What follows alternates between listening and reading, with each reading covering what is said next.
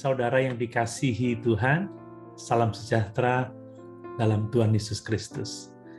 Mari kita merenungkan kebenaran firman Allah tentang kemerdekaan kita di dalam Kristus. Sungguh bersyukur sebab di dalam Kristus kita adalah orang-orang merdeka. Dan untuk itu kita harus berdiri teguh dalam kemerdekaan di dalam Kristus. Pada kesempatan ini, saya akan mulai dengan kemerdekaan kita di dalam Kristus. Bapak, Ibu, Saudara yang dikasihi Tuhan, di dalam Kristus kita merdeka dari hukum Musa, atau yang kita kenal juga sebagai hukum Taurat. Tema ini adalah tema yang menjadi perhatian bagi Rasul Paulus dalam suratnya kepada jemaat di Galatia. Dalam Galatia pasal 2 ayat yang ke-16, Rasul Paulus menulis, "Kamu tahu bahwa tidak seorang pun yang dibenarkan oleh karena melakukan hukum Taurat, tetapi hanya oleh karena iman dalam Kristus Yesus. Sebab itu, kami pun telah percaya kepada Kristus Yesus, supaya kami dibenarkan oleh karena iman dalam Kristus dan bukan oleh karena melakukan hukum Taurat.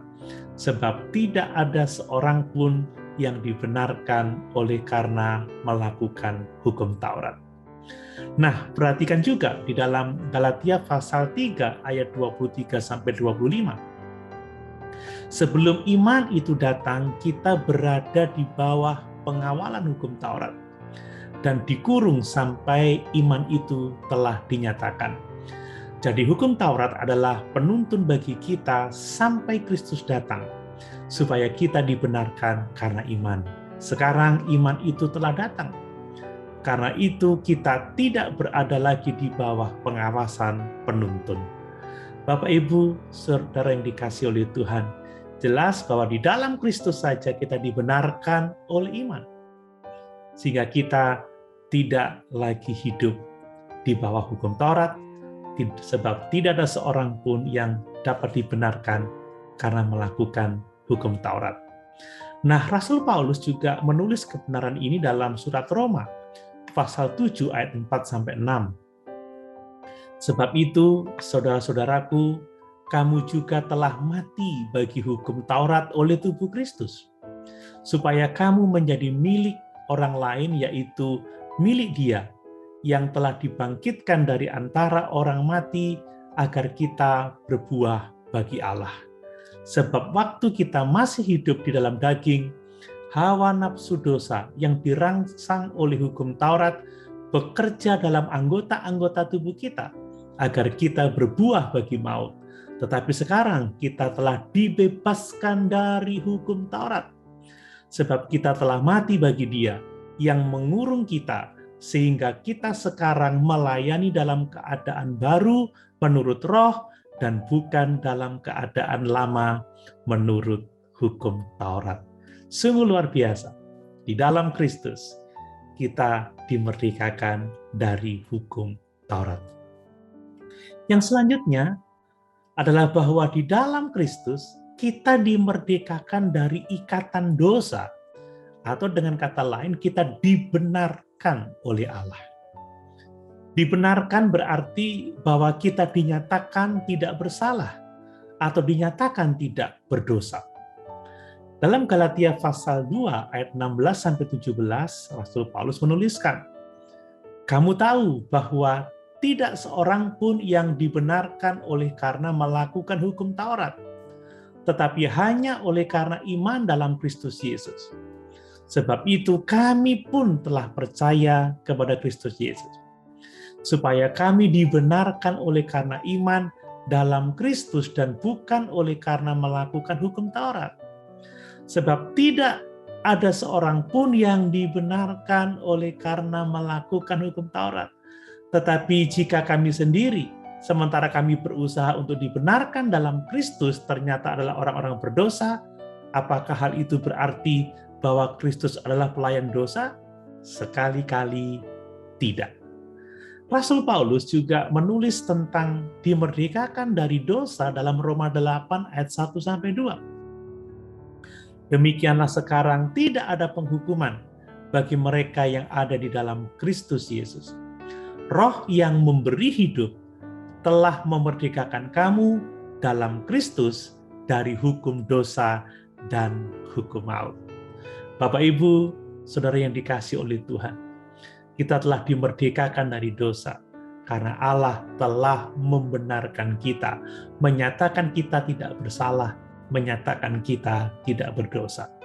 Nah, Tuhan Yesus juga menyatakan kebenaran ini dalam Yohanes pasal 8 ayat 31 sampai 34.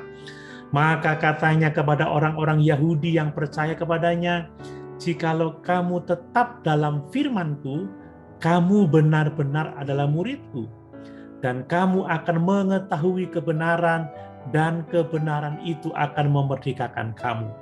Jawab mereka, "Kami adalah keturunan Abraham dan tidak pernah menjadi hamba siapapun. Bagaimana engkau dapat berkata, kamu akan merdeka?" Kata Yesus kepada mereka, "Aku berkata kepadamu, sesungguhnya setiap orang yang berbuat dosa adalah hamba dosa." Puji Tuhan bahwa di dalam Yesus, dengan mengetahui kebenaran itu telah memerdekakan kita. Bapak, Ibu, saudara yang dikasihi oleh Tuhan, kita juga di dalam Kristus dimerdekakan dari tradisi-tradisi manusia. Kita bisa membaca di dalam Galatia pasal 4 ayat 9 sampai 11 demikian. "Tetapi sekarang sesudah kamu mengenal Allah, atau lebih baik sesudah kamu dikenal Allah, bagaimanakah kamu berbalik lagi kepada roh-roh dunia yang lemah dan miskin dan mau mulai diperhambakan diri lagi kepadanya? Kamu dengan teliti memelihara hari-hari tertentu, bulan-bulan, masa-masa yang tetap, dan tahun-tahun. Aku khawatir kalau susah payahku untuk kamu telah sia-sia." Selanjutnya di dalam Kolose pasal 2 ayat 20-23, Rasul Paulus menuliskan, "Apabila kamu telah mati bersama-sama dengan Kristus dan bebas dari roh-roh dunia, mengapakah kamu menaklukkan dirimu pada rupa-rupa peraturan, seolah-olah kamu masih hidup di dunia? Jangan jamah ini, jangan kecap itu, jangan sentuh ini, semuanya itu hanya mengenai barang yang binasa oleh pemakaian dan hanya menurut perintah-perintah dan ajaran-ajaran manusia. Peraturan-peraturan itu walaupun nampaknya penuh hikmat, dengan ibadah buatan sendiri, seperti merendahkan diri, menyiksa diri, tidak ada gunanya selain untuk memuaskan hidup duniawi." Jadi jelas bahwa di dalam Kristus kita sudah dimerdekakan dari tradisi-tradisi manusia yang berdasarkan roh-roh dunia, yang lemah dan miskin. Oleh sebab itu, jangan kita mau diperhamba lagi oleh berbagai macam peraturan buatan manusia yang sekalipun nampaknya penuh hikmat, tetapi sebenarnya adalah hal-hal yang tidak ada gunanya selain untuk memuaskan hidup duniawi. Tuhan Yesus menyatakan bahaya dari mengikuti tradisi-tradisi manusia ini. Dalam Matius pasal 15 ayat 3-9, Tuhan Yesus mengatakan, "Tetapi jawab Yesus kepada mereka, mengapa kamu pun melanggar perintah Allah demi adat istiadat nenek moyangmu? Sebab Allah berfirman, hormatilah ayah dan ibumu, dan lagi siapa yang mengutuki ayahnya atau ibunya pasti dihukum mati. Tetapi kamu berkata, barang siapa berkata kepada bapaknya atau kepada ibunya, apa yang ada padaku yang dapat digunakan untuk pemeliharaanmu, sudah digunakan untuk persembahan kepada Allah, orang itu tidak wajib lagi menghormati bapaknya atau ibunya. Dengan demikian, firman Allah kamu nyatakan tidak berlaku demi adat istiadatmu sendiri. Hai orang-orang munafik, benarlah nubuat Yesaya tentang kamu. Bangsa ini memuliakan aku dengan bibirnya, padahal hatinya jauh daripadaku. Percuma mereka beribadah kepadaku, sedangkan ajaran yang mereka ajarkan ialah perintah manusia. Sangat berbahaya mengikuti tradisi-tradisi manusia, ajaran-ajaran manusia. Sebab dengan melakukan ajaran-ajaran manusia, kita justru mengabaikan perintah dari Tuhan dan Juru Selamat kita, Yesus Kristus. Bapak, Ibu, saudara sekalian yang dikasihi oleh Tuhan. Demikian juga di dalam Kristus, kita dimerdekakan dari perbuatan-perbuatan daging. Rasul Paulus mengemukakan mengenai hal ini di dalam Galatia pasal 5 ayat 13. Saudara-saudara, memang kamu telah dipanggil untuk merdeka. Tetapi janganlah kamu mempergunakan kemerdekaan itu sebagai kesempatan untuk kehidupan dalam dosa, melainkan layanilah seorang akan yang lain oleh kasih. Jadi kemerdekaan kita di dalam Kristus harus menjadikan kita saling melayani seorang akan yang lain, bukan dikuasai lagi oleh perbuatan daging. Dalam Galatia pasal 5 ayat 17, Rasul Paulus melanjutkan, sebab keinginan daging berlawanan dengan keinginan roh, dan keinginan roh berlawanan dengan keinginan daging, karena keduanya bertentangan, sehingga kamu setiap kali tidak melakukan apa yang kamu kehendaki. Lalu Rasul Paulus melanjutkan dalam ayat 19-21, bahwa perbuatan daging telah nyata, yaitu percabulan, kecemaran, hawa nafsu, penyembahan berhala, sihir, perseteruan, perselisihan, iri hati, amarah, kepentingan diri sendiri, percideraan, roh pemecah, kedengkian, kemabukan, pesta pora, dan sebagainya. Terhadap semuanya itu kuperingatkan kamu, seperti yang telah kubuat dahulu, bahwa barang siapa melakukan hal-hal yang demikian, ia tidak akan mendapat bagian dalam kerajaan Allah. Bapak, Ibu, saudara yang dikasihi oleh Tuhan, peringatan terhadap perbuatan daging sungguh sangat jelas, bahwa orang yang melakukannya tidak akan mendapat bagian dalam kerajaan Allah. Rasul Paulus juga menuliskannya di dalam 1 Korintus pasal 6 ayat 9-10. Atau tidak tahukah kamu bahwa orang-orang yang tidak adil tidak akan mendapat bagian dalam kerajaan Allah? Janganlah sesat. Orang cabul, penyembah berhala, orang berzinah, banci, orang pemburit, pencuri, orang kikir, pemabuk, pemfitnah, dan penipu tidak akan mendapat bagian dalam kerajaan Allah. Itu sebabnya waspada.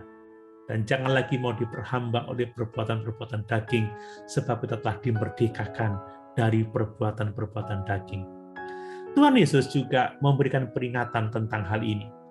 Dalam Markus pasal 7 ayat 20-23 dituliskan, katanya lagi, apa yang keluar dari seseorang itulah yang menajiskannya. Sebab dari dalam, dari hati orang, timbul segala pikiran jahat, percabulan, pencurian, pembunuhan, persinahan, keserakahan, kejahatan, kelicikan, hawa nafsu, iri hati, hujat, kesombongan, kebebalan. Semua hal-hal jahat ini timbul dari dalam dan menajiskan orang. Hidup kita akan najis kalau kita hidup dikuasai oleh perbuatan-perbuatan daging. Dan itu sebabnya Allah membebaskan kita dari perbuatan-perbuatan daging di dalam Kristus Yesus. Bapak, Ibu, saudara yang dikasihi oleh Tuhan, sungguh luar biasa berkat di dalam Kristus, bahwa kita telah dimerdekakan dari hukum Musa, dari ikatan dosa, dari tradisi manusia, dan dari perbuatan daging. Dengan demikian, kita dapat hidup layak dan berkenan di hadapan Tuhan. Haleluya. Tuhan Yesus memberkati.